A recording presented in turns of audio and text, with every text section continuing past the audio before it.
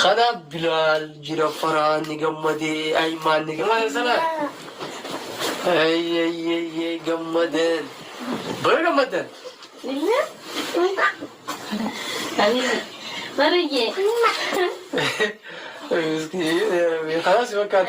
طيب راجعته قطعتي فلان هذا اللي جول لك الساعة تكرسيس كان جيها في الجبل بالله بالله الو السلام عليكم هو مامي السلام عليكم. وعليكم السلام ورحمة الله وبركاته انت مجاهد؟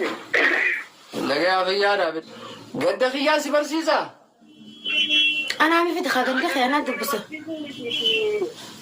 امان مسكين كان نت اللي تمام هي أما أنت تبكيتي أسباتو مدرسة قد دكانة كادو بقى هذا قرتي أمتي ايه بقى قسمي موتوما را كنا تقابل موتوما نبرة هذا ولا مفعول دراس ديمتي تقولوا القرية قلت مرجرتي شارع بتاعنا نقول جبويها Assalamu alaikum warahmatullahi wabarakatuh. Kam jirtan jaalatamtoota hordoftoota maameeti warri taatan marti keessanuu salaamanni keenya gaa qonnee irraa buqqee lafa ittanti isin haagee isin jechaadha. Deebini har'aasii kaleessa gartee gaa jawaadiidhaaf deebisuma goone har'ammoo inshaallah bira dhaqeetiin gartee maatiin saniis akkuma gartee gaa jireenya isaanii kaduraanirraa deemanii waan jiraniif jechuudha. Haareetti gaa lafa qabsiisuudhaafadha hojii guddaadhaafadha akkasumatti abbaanis akka inni keessi jiru ni gartanii waan inni hojjetes ni beektanii obboleettiiti jechuudha ilmaan siitii wajjin inshaallah manas ilaallee mana sanis gartee irraa wanni jenne akka isaan gartee jireenya isaanii irra deebi'an godhuudhaaf gartee gaa inshaallah har'a takka jenneeti tarkaanfachuu yaana anis asumaan gartee inshaallah jawaadii biratti hin deema akka gartee du'aayis gootan akka nu cinaa dhaabbattan gorsa keessaniif jechuudhaaf rabbi khayrii haa godhu jawaadiinis waan takka ta'e ni jira asiin na badhaasaa asiin na adabdanii asiin na badhaasaa harka mirgaatiin badhaasa naa kannaa harka bitaatiin na adabuu takkaan mul'ata wanni kun naaf hin gallee waan jedhu akkasumatti gaa hojiin kee bareedaadha haalli adeemsa kee bareedaadha hedduu takkaan si galatoonfadha keessa kee kabeek keessa namaa kabeeku rabbii keessa kee beekaa waan jiru takkaasin dhiyeesse inshaallah khayruma rabbi haa godhu akkasii jaalatamtootaa fi hordoftoota keenya harka mirgaatiin na badhaasaa harka bitaatiin na adabuudha garuu hojiin keessan bareedaa keessa rabbi haa beekuu waan jiru takka dhiyeesse rabbi khayruma rabbi haa godhu inshaallah khayriidha hedduun keessanis maaliif jawaadee biratti hin argamne waan jirus kaasaa jirtanii jawaadeen rakkoo takka walirraa hin qabnu niin kabaja biraan dhaabbadha rakkoon isaa rakkootiyya abshiiraa biraan jiraan isin jaa akkasumatti gaa dheengaddallee innilleen maali dheengadda akkuma qulfiin akkannitetti na harka keessee eeysa kuttee waan jiru dhiyeesse anis gartee gaa akka dhiiraatti dirqama narraa eeggamu tokko bahee innis dirqama isaadhaa si booda gaanii bahata jeetiin akkasitti eegaa jira jechuudha innilleen haa galatoomu akkasumatti dirqama isaa beekee maamme hoottu huno tafaddal hoottu fudhu ilmaan eessuma taatuutii fi obboleettii teetis hoottu fudhuu jee gartee gaa daawwattoota keenya irratti jechuudha ilmaan oromoo dura gabbee dhaamsa naa kaa'e anilleen dhaamsa kaleessa ergaa kaa'ee fi har'a gaa isa biratti hin deema gaa waan irra geenyu walumaanuu eeyna nu faana turaadhaan isin jaa hedduu takkaan isin jaaladhaa hedduu takkaan isin kabajaa namoonni yaadaanis na jajjabeessitan guddaa takka galatoomaadha hedduun isin jaaladha oromootiyya. Assalamu alaikum warahmatullahi wabarakatuh. Kam jirtan jaalatamtoota hordoftoota keenya jawaadeen gaa akkuma baallama galatti alhamdulillah kunoo gaarra kunoo ijoollee fuudheetiin deemu jira caaltu mee akkam jetta maal sidda gaa wallahi maashaallah waan takka waan biraati kale jirtu alhamdulillah ijoollee laa galgala kanaan akkanatti taphachuu jirti alhamdulillah gaa baanee isin jenna gaa inshaallah ugaa mana gallees gaa haala mana jiruu fi akkaataa hojii jirru hundaa'u gartee gaa kan isinii marru ta'a manaas gartee haala mijeessinee ijoolleen akkana taphachuu jirti haati gartee ilmaaniitis kun obboleettiin tiyya gammachuu guddaa keessa jirti maashaa Allaahi kunoola ijoollee silaalaadha akkasii amma galayaa jirra daawwattoota keenya hedduu takka isinis gartee warri qabsoon wajji gootan haala kana hundaa'uu dhiibbaa adda addaan wajji gootanis hedduu takka isin galatoonfanna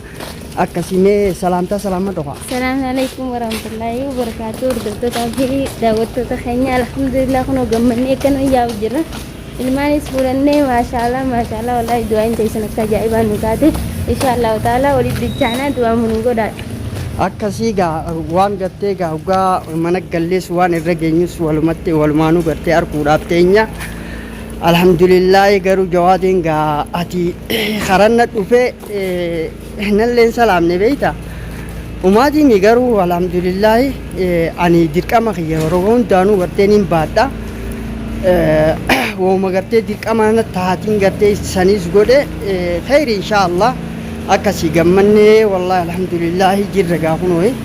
suniifuu gartee gaa amma karaa waan deemu jirru viidiyoo hangana isinii waraabne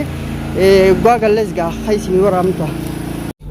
Assalamu alaikum warahmatullahi wabarakatuh. Kam jirtan jaalatamtoota hordoftoota maammee horii taatan martinuu ilmaan Oromoo keessaa fi ala jirtan salaamanni keenya qilleensumarraan lafa jirtanitti isin haa gahu isiniin jechaadha. Arragaa qabsoo eessarraa kaanee eessa jirraa roorroon nu mudatte eessaa kaaftee eessa nu geesse akkuma gartee viidiyoo asii duratti isinimarraa turretti jalqaba gartee jawaadiinis gartee ilmaan kottuu narraa fuudhe obboleettii tee kottuu fuudhi jee akkasuma gaa irraa dhaynee fuunee kunoo gallee mana jirra mee caaltu salaam.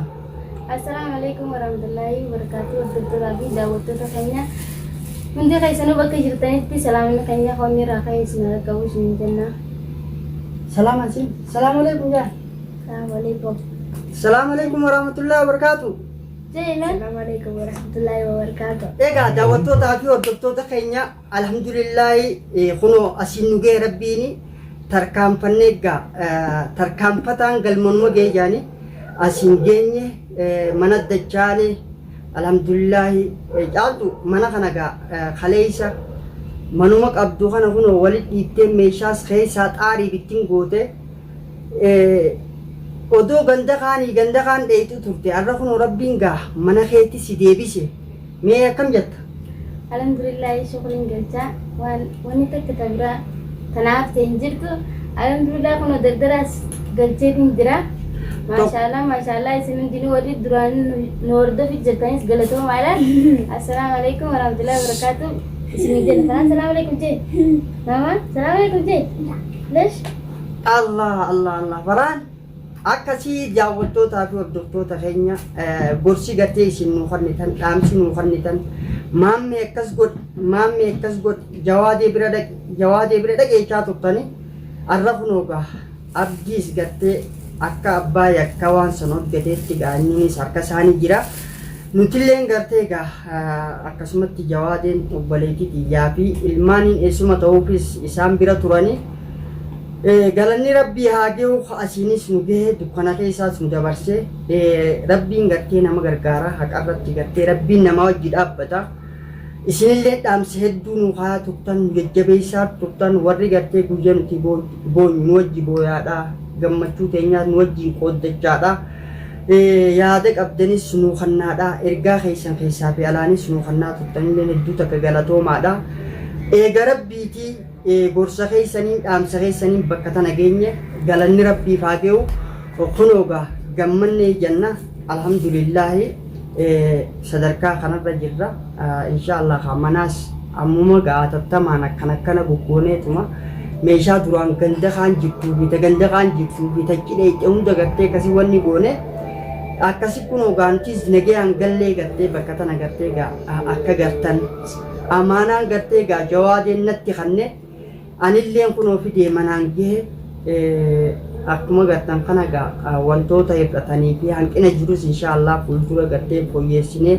maatiin kun gartee akka maatii takka diigamteeti suniif inshaallah rabbi nu gargaara akka gad dhaabbatan goona gaa maatiin kun waa hedduudhatti haajama hangana gartee isiniin jechuu dhufne daawwattootaa fi hordoftoota keenya gartee hanga viidiyoolee biraatiin wal agarrutti nageetti nu turaa isiniin jenna.